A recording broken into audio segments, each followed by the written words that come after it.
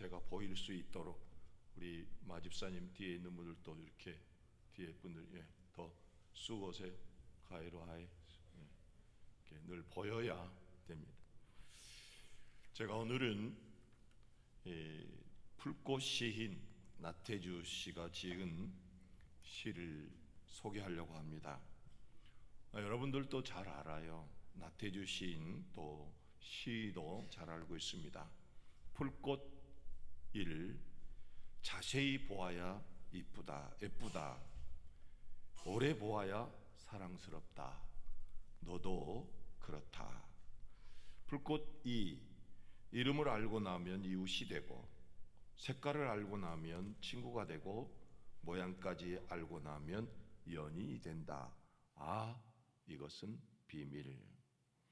풀꽃 3. 기죽지 말고 살아봐. 꽃 피워봐. 참 좋아. 그저 왜 이걸 하느냐 하면 바로 우리가 한번 해보자는 거예요. 우리가 하자는 거예요. 옆에 사람을 보고 참 예쁘다, 참 멋있다, 사랑스럽다. 그러면 너도 그렇다. 그렇게 해줘야 한다는 거죠. 그리고 기죽지 말고 살아봐. 꽃 피워봐. 참 좋아. 자, 이렇게 한번 해보겠습니다. 한번 옆에 사람 보고 남자보다 예쁘다 그러면 안 되고, 여자보다는 예쁘다 그러고, 남자한테는 멋있다 그렇게 하고, 사랑스럽습니다 그러면은 너도 그래. 그렇게 반대분이 답변을 해줘야 합니다. 한번 해보겠습니다. 자세히 보니까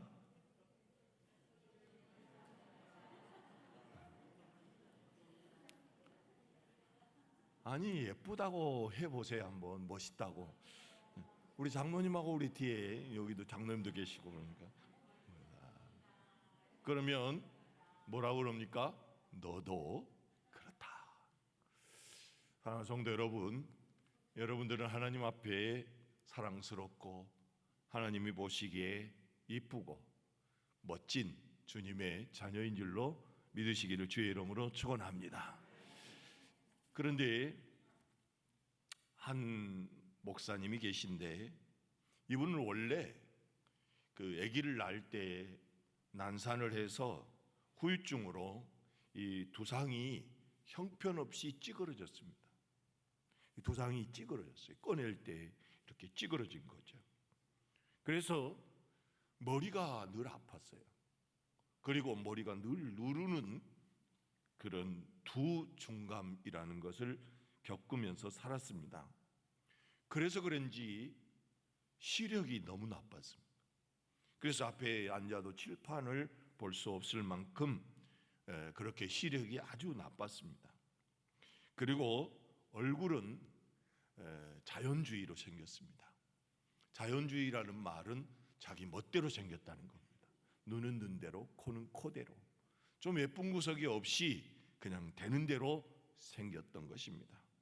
그래서 이 자신은 그때 어렸을 때 한번 거울을 보고, 초등학교 때까지 거울을 안 보고 살았는데 그때 한번 보고 난 이후로 늘 죽고 싶었습니다. 그래서 죽을 일을 찾는데, 그래도 예수 믿고 또 할아버지가 순교자라는 그것 때문에 죽지 못하고 사는데 죽을 일만 생기면 가야지. 그래서 대학에 데모하면 거기 가서 죽으려고 하고, 또 무슨 일만 생기면 빨리 뛰어가서 죽어야지. 그렇게 하면서 살았습니다. 그분은 장가도 못 갈 줄 알았습니다. 고등학교 졸업할 때까지 거울을 본 적이 없는데 그에게 누가 시집을 올까 스스로 무너져 있었습니다. 나는 안 돼. 나한테 생각을 해요. 머리는 찌그러져 있지, 얼굴은 자기 멋대로 생겼지, 그리고 눈은 시력은 하나도 없어서 두꺼운 돋보기를 쓰고 다니지. 이런 자괴감 속에 빠져 있었습니다. 그런데 이 사람이 더 자괴감에 빠질 수밖에 없었던 것은 그 영화 배우 중에 알랑드롱을 아주 좋아하고 흐뭇해하면서 늘 보았는데 그 사람을 보고 자기 얼굴을 보니까 너무나 자괴감이 빠졌다는 것이죠. 그런데 어느 날 그분이 성령을 받습니다. 그분이 우리 예수님을 제대로 만납니다. 그리고 넘치는 은혜를 받고 나서 그래서 생긴 대로 살자, 하나님의 은혜로 살자, 나도 하나님의 작품이야, 그렇게 하면서 목회를 해야 되겠다 생각을 하고 신학을 하고 그리고 목사가 돼서 정말 이름만 되면 큰 교회의 목사님으로 활동을 하셨었습니다. 사랑하는 성도 여러분, 여러분들 얼굴 보면서 참으로 내 얼굴이 왜 이렇게 생겼나, 또 내 모습이 왜 이렇게 생겼나, 그렇게 생각할 것 없습니다. 여러분들도 자세히 보면 이쁜 구석이 다 있다는 겁니다. 멋진 구석이 다 있습니다. 그러므로 힘을 내시고 꽃을 멋지게, 인생의 꽃을 멋지게 피워내는 여러분들이 되시기를 주의 이름으로 축원합니다. 오늘 성경에 보면 아브라함이 나오는데 이 아브라함을 보면 우리의 믿음이 형편없이 보여질 때가 있습니다. 보십시오. 성경에 보면 아브라함 그러면 얼마나 대단한 존재입니까? 그래서 믿음의 조상이라고 말하고 또 복의 본복이라고도 말하고, 신약 성경을 딱 펼치면 아브라함과 다윗의 자손 예수 그리스도의 세계라, 아브라함을 딱 들쳐놓고 이야기를 하고 있습니다. 그리고 바울이라고 하는 사람은 아브라함의 복은 우리의 복이고, 아브라함의 참으로 아브라함의 가지고 있던 것은 우리 것이다, 그렇게 표현을 하기도 하고, 심지어 하나님을 표현할 때에 아브라함의 하나님, 이삭의 하나님, 야곱의 하나님이라고 말하는 것을 볼 수 있습니다. 그리고 더군다나 성경에 보면 아브라함을 하나님의 친구라고 표현을 하고 있습니다. 누가 성경에 하나님하고 친구라고 할 사람이 있습니까? 그런데 아브라함만 하나님의 친구라고 표현을 할 정도로 정말 대단한 존재인 걸 볼 수 있습니다. 그래서 아브라함을 보면 맨 마지막에 그를 뭐라고 합니까? 복의 근원이라고 합니다. 그는 축복의 사람입니다. 축복의 대표자입니다. 그래서 오늘 본문에도 보면 이런 말씀을 합니다. 내가 내게 17절에 보면 내가 내게 큰 복을 주고 내 씨가 크게 번성하여 하늘의 별과 같고 바닷가의 모래와 같게 하리니 내 씨가 그 대적의 성문을 차지하리라. 또 내 씨로 말미암아 천하 만민이 복을 받으리니 이는 내가 나의 말을 준행하였습니다. 여러분, 이 아브라함이 큰 복을 받았어요. 그리고 그의 자손은 하늘의 별, 바닷가의 모래와 같이 번성했습니다. 그리고 더 나아가서 그와 자손으로 말미암아 천하 만민이 복을 받는 복의 근원이었습니다. 복 덩어리였고 복의 샘물이었습니다. 얼마나 좋습니까? 그런데 그가 언제 어떻게 이런 축복을 받았느냐?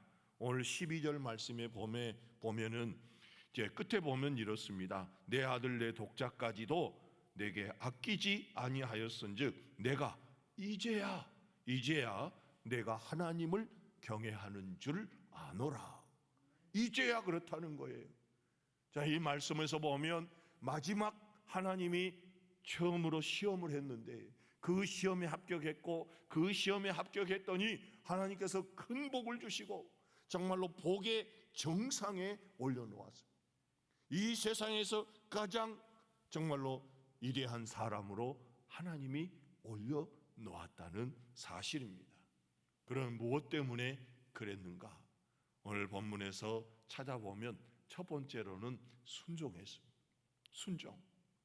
그런데 그 순종이 보통 순종이 아니라 정말로 절대적인 순종이었습니다. 22장 1절에 보면 그 일 후에 하나님이 아브라함을 시험하시려고 그를 부르시되 아브라함아 하시니 그가 이르되 내가 여기 있나이다. 여호와께서 이르시되 내 아들 내 사랑하는 독자 이삭을 데리고 모리아 땅으로 가서 내가 내게 일러준 한 산 거기서 그를 번제로 드리라. 아브라함이 아침에 일찍 일어나 나귀의 안장을 지우고 두 종과 그의 아들 이삭을 데리고 번제에 쓸 나무를 쪼개어 가지고 떠나 하나님이 자기에게 일러주신 곳으로 가더니, 이 말씀은 우리가 잘 알지 않습니까? 하나님께서 아브라함에게 내 아들 내 사랑하는 독자 이삭을 저 모리아 땅에 있는 산에 가서 번제로 드려라. 번제는 뭡니까? 죽여가지고 각을 떠서 불에다가 완전히 태우는 것입니다. 어떻게 자식을 그렇게 죽이고 갈라서 태우라고 말씀을 하시는가? 도저히 정말 인정하기 어려운 것입니다. 자식이요? 자식은 누구라도 소중하지 않습니까? 저도 우리 엊그제 미장원에 갔더니 그 양미선 집사님이 옛날에 아기 데리고 와서 반주하고 그런 이야기를 둘이 하면서 그때에 아기 놔두고 반주하다가 아기를 잊어버렸어요. 예배 시간에. 그리고 한번 난리가 났었지요. 그런데 그때를 생각하면서 이 집사님이 가슴이 너무 떨렸다고. 그 아들 둘째 잃어버리고 나서 가슴이 너무 벌벌 떨리고 교회 예배 드리다가 잊어버렸다 그러면 남편한테 누구한테 이야기할 수도 없고 정말로 어떻게 할까 정말 발을 동동 굴렀는데 그래도 하나님이 한 구석에서 구석지에서 자고 있도록 해서 찾았다. 저도요 저희 둘째 아들하고 같이 저희 아내하고 이제 전도하러 갔는데 올라가는 그 길 올라갔다 내려갔다 하는데 얘가 어디 가고 없어요. 해가 넘어가는데 없어졌어요. 얼마나 정말로 놀라웠는지. 그리고 해가 넘어가니까 더 초조해졌어요. 그리고 방송까지 했는데 얘는 누구 따라가가지고 친구 따라가가지고 텔레비 보고 앉아 있었다는 거예요. 그런데 또 스피커는 그 집만 고장났대요. 나중에 찾았는데 얼마나 기쁜지, 얼마나 감사한지. 여러분, 그런데 하나님께서 아브라함에게 100살에 낳았잖아요. 100살에 적어도 100살에 낳은 그 아들을 데리고 모리아 산으로 가라. 며칠 동안 갔습니까? 3일 동안 갔습니다. 세상에 하나님도 잔인하시지 그냥 여기서 죽여라 그러면 모르는데 3일 동안 그 아들을 데리고 가면서 그 아브라함의 머릿속에는 얼마나 복잡했겠습니까?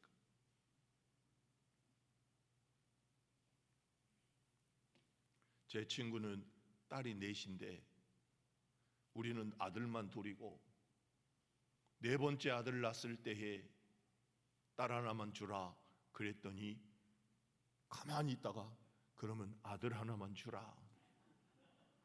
그래서 내가 끊어버렸어요. 말이 안 되는 거지여서. 그래 끊어버렸다니까. 그런데 세상에 그 귀한 아들을 칼로 죽여서 각을 떠서 번제로 드리라? 안 되는 말이잖아요. 안 될 말이지. 처음부터 안 될 말이에요. 왜냐하면 그 자손을 통하여서 천하 만민이 바닷가의 모래같이 될 것이라고 하였고 하늘의 별과 같이 된다고 했는데 어떻게 죽이라고 이야기합니까? 처음부터 안 되는 말인데.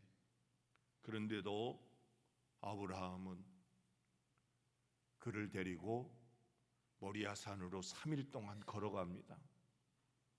그리고 모리아 산 앞에서 종들은 있게 하고 그는 올라가서 제단을 쌓고 그 나무 위에다가 그 아들을 잡아서 눕혀놓고 칼로 쳐 죽이려고 했습니다. 머뭇거림도 없었습니다. 멈추지도 않았습니다. 새벽 일찍 일어나서 장작을 패고 짊어지고 일찍 가서 그리고 저 산에 올라가서는 여지없이 멈추지 않고 칼을 쳐들어서 죽이려고 하지 않았습니다.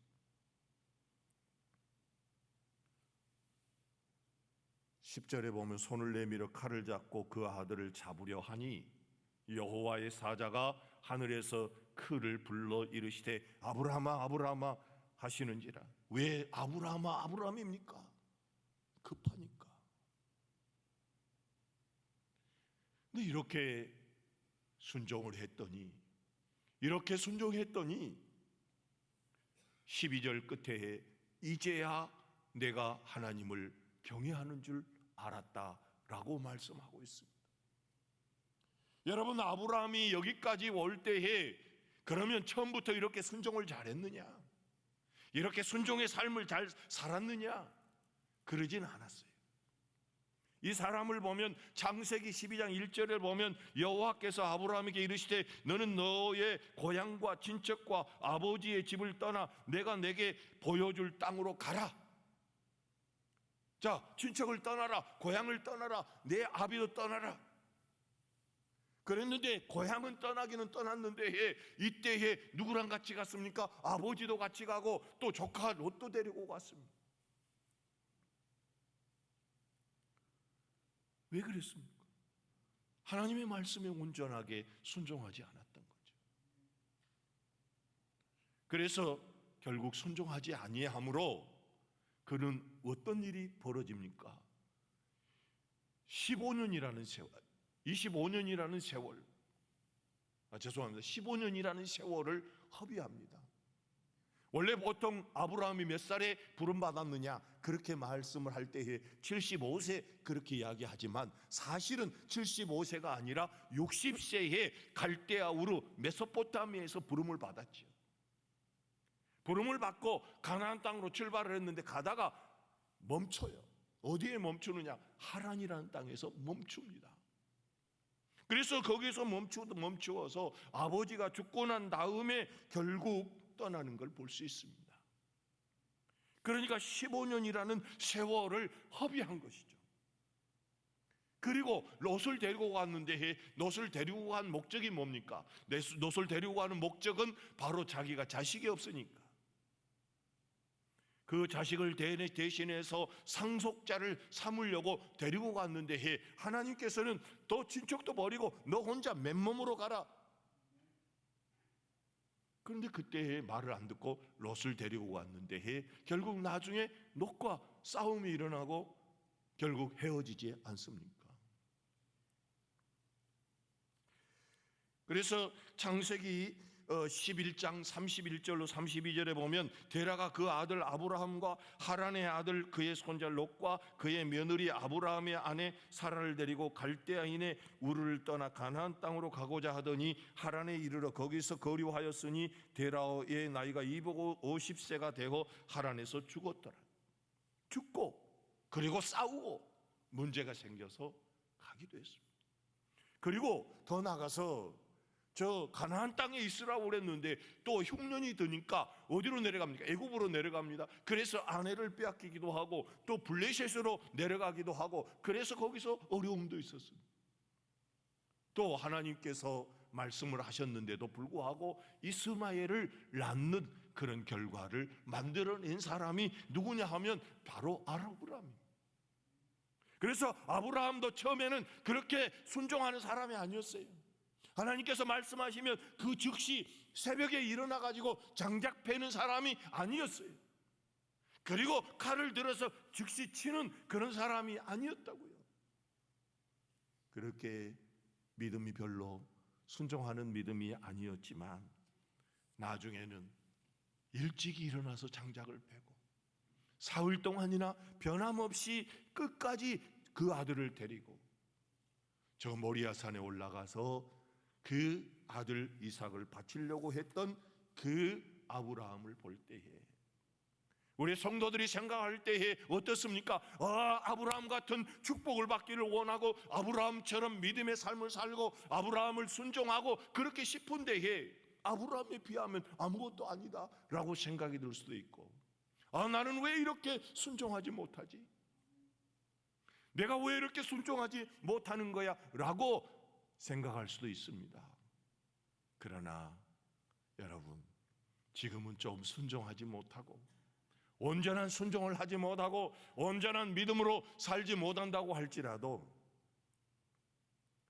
가다 보면 우리 하나님 앞에 인정받은 순종의 사람이 분명히 될 줄로 믿으시기를 주의 이름으로 축원합니다. 중요한 것은 지금 안 되니까, 지금 못하니까 그렇게 포기하지 말고, 그래도 하나님은 늘 기다려 주셨잖아요. 늘 하나님은 기다려 주시고 참아 주시고 우리를 봐주고 계시잖아요. 그러니까 내가 조금 불순종하고 하나님의 말씀대로 살지 못하는 거 있다고 할지라도 그래도 너무 낙심하지 말고 포기하지 말고 끝까지 믿음으로 살아가다 보면 분명히 하나님이 인정해 주는 그런 순종의 사람이 될 줄로 믿으시기를 주의 이름으로 축원합니다. 그 다음에 아브라함은 절대적인 믿음을 가졌는데, 그 절대적인 믿음이라고 하는 것은 바로 이 이삭을 죽이는 것이었습니다. 자, 이삭을 볼 때에 이삭은 약속의 자식이었는데 그 자식이 죽으면 약속의 성취가 안 되지 않습니까? 그런데도 그는 결국 그 아들을 죽이려고 합니다. 그러나 그 전에 보면은 이 이삭이 약속되어진 것이 천하 만민을 낳게 하는 것이잖아요. 하늘의 별과 같이 바닷가의 모래와 같이 그렇게 자식을 낳을 자식인데 그래도 각을 뜨는 거예요. 그래서 죽여서 하나님 앞에 제사를 지내려고 합니다. 어떻게 그럴 수 있습니까? 그 아들이 없어지면 지금 이스마엘도 쫓겨나 버렸고 아무도 없습니다. 그리고 하나님이 약속해 주신 그 말씀은 내 아들로 인하여 바닷가의 모래와 같고 하늘의 별과 같을 것이다. 그 말씀 한 가지 있습니다. 그런데 이 아브라함이 이삭을 이렇게 과감하게 죽일 수 있었고, 그리고 멈추지 않고 그가 사흘 길을 갈 수 있고 끝까지 올라갈 수 있었던 그것은 어디에서 나왔는가? 성경에 보면은요 이런 말이 있습니다. 불과 나무는 있는데 번제할 어린 양은 어디 있습니까? 불과 나무는 있는데 번제할 어린 양은 어디 있습니까? 그렇게 물어볼 때에 이 아브라함은 하나님께서 준비하실 것이라. 그런데 더 확실한 것이 있습니다.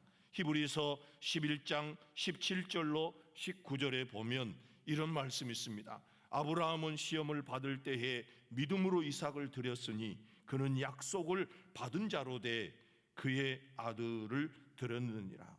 그에게 이미 말씀하시기를 내 자손이라 칭할 자는 이삭으로 말미암음이라 하셨으니 그가 하나님이 능히 이삭을 죽은 자 가운데서 다시 살리실 줄을 생각한지라.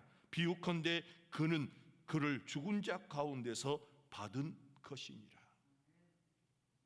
자, 아브라함이 저 이삭을 저 모리아산에 끌고 가서 그를 묶고 그를 과감하게 죽이려고 덤벼들었던 것은 뭐냐면 하나님의 약속의 말씀이라는 것이죠. 하나님의 약속의 말씀. 하나님께서 분명히 약속하셨다. 하늘의 별과 바닷가의 모래와 같이 주시겠다고 말씀하셨다. 그러니까 하나님이 하실 것이다. 자, 한번 볼까요? 5절을 볼까요? 오늘 본문 5절에 보면 이에 아브라함이 종들에게 이르되 너희는 나귀와 함께 여기서 기다리라. 내가 아이와 함께 저기 가서 예배하고 우리가 너희에게로 돌아오리라.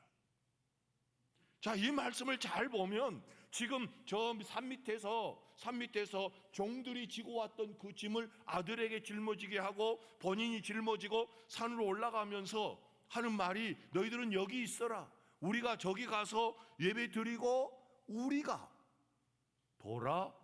너희에게로 돌아오리라라고 말씀하고 있지 않습니까? 이것은 뭡니까? 다시 살아올 것이다. 내가 가서 죽인다고 할지라도 하나님이 살려주실 것이다. 하나님께서 살려주실 것이니까 우리가 걱정하지 말고 기다려라. 그 밑에도 보면은 8절에 보면 아브라함이 이르되 내 아들아 번제할 어린 양은 하나님이 자기를 위하여 친히 준비하시리라. 아브라함은 하나님께서 분명히 이 이삭을 통하여서 바닷가의 모래와 같이 하늘의 별과 같이 그 자식들을 주시겠다고 하는 그 말씀을 굳게 믿고 있습니다. 그리고 더 나아가서 내가 죽인다고 할지라도 하나님께서 살려주실 것이라는 부활의 신앙을 가지고 있었기에, 그 부활의 신앙을 가지고 있었기에 그는 순종할 수 있었고 그 아들을 가감하게 죽이려고 덤벼들 수 있었던 것을 알 수 있습니다. 사랑하는 성도 여러분, 여러분은 얼마나 하나님을 믿습니까? 하나님을 얼마나 믿습니까? 온전히 믿지 못하지요. 그런데 아브라함도 역시 온전히 다 믿지 못했어요. 처음에는 그렇게 믿지 못했어요. 믿음이 없었기 때문에 저 애굽으로 내려가기도 했고, 믿음이 없었기 때문에 하갈이라는 여자를 취하여 이스마엘을 낳기도 하고, 가뭄이 왔을 때에 저 블레셋까지 내려가기도 하였던 것을 알 수 있습니다. 그러나 아브라함이 여기에 정상에, 정말로 순종의 정상에 올라오고 믿음의 정상에 올라오고 축복의 정상에 올라갈 수 있었던 것은 처음부터 그러지는 않았다는 거죠. 처음부터 위대한 사람이 된 건 아니었다는 겁니다. 처음부터 믿음 있는 사람, 처음부터 절대적인 순종을 하는 사람은 아니었지만 어느 한 계기에서, 어느 한 문제 일로 인하여서 그는 절대적인 믿음을 가졌고 절대적인 순종을 가졌던 걸 볼 수 있습니다. 그 일이 무엇입니까? 바로 자기가 99세에 저 사라가 임신을 했고, 그리고 100세에 그 아들을 낳았습니다. 자, 하나님께서 말씀하실 때에 뭐라고 했습니까? 자기도 아이를 낳을 수 없고 저 사라도 아이를 낳을 수 없는 나이라는 걸 다 알았습니다. 그래서 태가 도저히 아이를 가질 수 있는 태가 아니라는 걸 알고 있었습니다. 그런데 어떻습니까? 하나님이 하시니까 죽은 태를 살려서 아이를 갖게 하고, 자기의 죽은 몸을 살려서 아이를 갖게 하는 그 놀라운 하나님의 능력을 보고, 그래, 하나님께서는 죽여도 살릴 수 있고 다른 어떤 방법으로도 하나님께서 하실 수 있다라는 그 믿음을 가졌던 걸 볼 수 있습니다. 사랑하는 성도 여러분, 그러므로 우리에게도 희망이 있어요. 우리도 순종 잘 못하고 정말로 믿음 있는 것 같은데 믿음이 없어서 벌벌 떨고 어려워하고 믿음 없는 행동을 하고 믿음 없는 삶을 살 때도 많이 있습니다. 그러나 우리 하나님께서는 그런 가운데서도 우리를 기다려주시고 우리를 지켜보시고 끝까지 그 믿음의 정상에 올라갈수록 있도록 인도하시는 그 하나님이신 것을 믿으시기를 주의 이름으로 축원합니다. 저희 그 주변에 있는 목사님들이 제주도를 한번 간 일이 있습니다. 그 제주도를 가는 데에 이제 마지막 코스 하나가 바로 제주도에 있는 한라산을 등산하는 것입니다. 그래서 이제 다른 목사님들과 이제 출발을 해 가는 데에 한 목사님이 몇몇 분과 함께 쫙 앞으로 먼저 가는 거예요. 얼마나 힘차게 가는지. 그래서 저렇게 간다고 하면 우리가 중반에 못 가도 벌써 내려오겠다, 그렇게 생각을 했는데 정말로 중간 정도 못 갔는데 내려와요. 그래서 정상에 갔다 왔느냐고 물어봤더니 아니, 중간에 갔다가 내려와. 그리고 왜 그러냐니까 힘들어서 못 가겠대요. 그래서 그럴 수도 있겠다 그러고 하는데 언젠가는 같이 여기 소래산으로 올라가는데 또 빨리 가고 올라가더라고요. 그래서 이번에는 정상에 가려나 그랬더니 또 중간에 내려와요. 왜 내려오냐고 그랬더니 힘들어서. 그래서 혹 내가 물어봤지, 정상에 가본 일이 있냐고. 한 번도 뭐 안 가봤대. 한 번도 못 갔대. 사랑하는 성도 여러분, 우리는 정말로 아브라함처럼 축복의 정상에 올라갈 수 있고 믿음의 정상에 올라갈 수 있고 하나님의 나라에 들어갈 수 있는 귀중한 특권을 가졌는데, 때로는 우리도 불순종하고 때로는 정말로 믿음이 없어서 주저앉고 할 수 없는 그런 상황에 보잘것없는 모습으로 보여질 수 있습니다. 정말로 형편없는 내 모습을 볼 수 있지요. 그러나 포기하지 말고, 정말로 주저하지 말고 또 다시 일어나서 한 걸음 올라가고 또 올라가서 중턱에 올라갔다가도 내려올 수 있습니다. 그러나 다시 또 도전해서 올라가다 보면 저 아브라함처럼 정말 믿음의 번복이 축복의 번복이로 보여줄 수 있다는 것이죠. 베드로도 어땠습니까? 베드로가 형편없는 사람이었습니다. 직업 자체도 형편없지 않습니까? 고기 잡는 어부였고, 그래서 사도행전에 보면 그들을 범인이라고 그랬어요. 보통 사람에 불과하다. 그랬는데 그가 어땠습니까? 예수님에게 사탄이라는 말도 들었고, 그리고 예수님 보고 걸어가다가 예수님이 무리를 걸어올 때에 무리로 걸어가기도 했지 않았습니까? 그러나 걸어가다가 어떻게 했습니까? 그 자리에 빠지기도 했습니다. 그래서 예수님에게 꾸중도 듣고 풍랑을 보고 두려워해서 벌벌 떨기도 하고, 그래서 예수님에게 또 꾸중 듣고, 마태복음에 보면 이 사탄아 내 뒤로 물러가라 라는 말도 듣고, 그리고 예수님이 십자가에 달리기 전에 재판받을 때에 베드로 거기 있다가 3번이나 부인했던 그런 사람. 그러나 그가 나중에 보면 얼마나 위대한 사람이 되었습니까? 정말로 그 베드로가 위대한 참으로 수제자가 되었고, 더 나아가서 마지막 죽을 때에 십자가형을 받을 때에 우리 주님이 십자가형을 반드시 받았는데 내가 어떻게 똑같이 그 벌을 받겠는가? 나를 거꾸로 세워 죽이라고 말을 했던 사람, 그렇게 해서 죽었던 사람. 사랑하는 성도 여러분, 우리가 정말로 저 자신과 여러분과 똑같은 마음으로 다시 한번 보면 우리는 형편없고, 내 믿음이 정말로 발바닥에 떨어지는 것 같고, 순종하는 것도 형편없고, 사는 것도 너무나 형편없이 사라지는 내 모습을 보고 나는 왜 이렇지? 나에게는 이런 역사도 왜 일어나지 않는 거야? 나에게는 왜 이렇게 어려운 일만 생기는 거야? 왜 나는 이렇게 믿음이 없는 거야? 이렇게 생각할 수도 있습니다.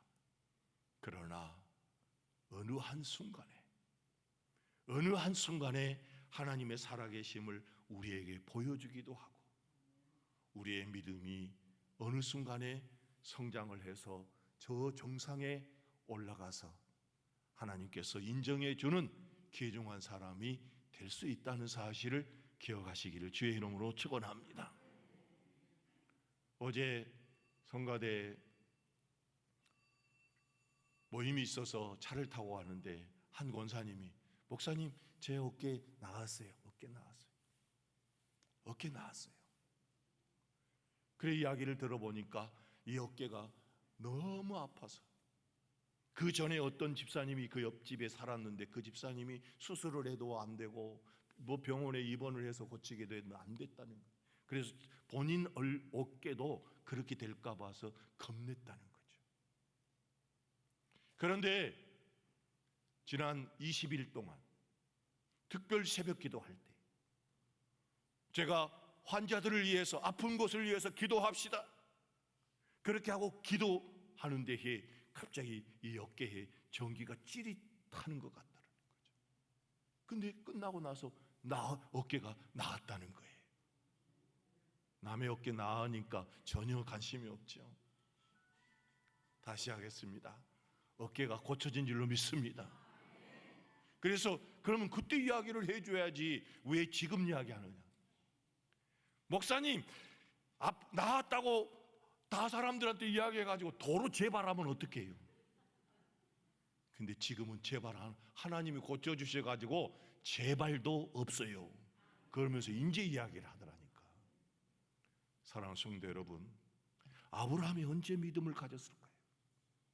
정말로 자기는 도저히 아이를 가질 수 없고 자기 아내도 아이를 가질 수 없는 그런 상황 속에서 하나님께서 하셔서 100살에 아들을 낳고 보니까 그래, 하나님은 죽은 자도 살릴 수 있어, 죽은 태도 살릴 수 있고, 도저히 할 수 없는 그 상황에서도 하실 수 있는 분이 하나님이야.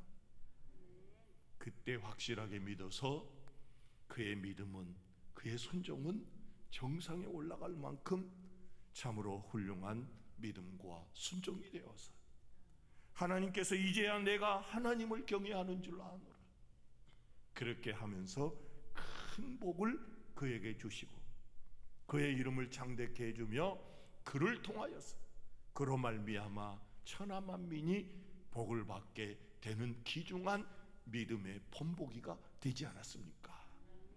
사랑하는 성도 여러분, 좀 부족하지만, 조금 모자란 것 같지만 포기하지 말고 끝까지 한 걸음 한 걸음 믿음을 향하여서, 정상을 향하여서 믿음으로 올라가셔서 여러분들에게도 하나님의 축복의 정상에 이르는 그런 역사가 있기를 주의 이름으로 축원합니다. 할렐루야.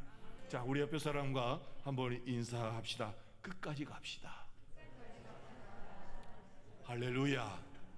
포기하지 않는 그런 믿음, 포기하지 않고 주 안에서 믿음으로 끝까지 가다 보면 부족한 순종도 정말로 온전한 순종이 되어지고, 부족한 믿음도 온전한 믿음이 되어지고, 부족한 축복의 삶도 정말로 온전한 축복의 삶으로 만들어 주실 줄로 믿으시기를 주의 이름으로 축원합니다. 기도하겠습니다.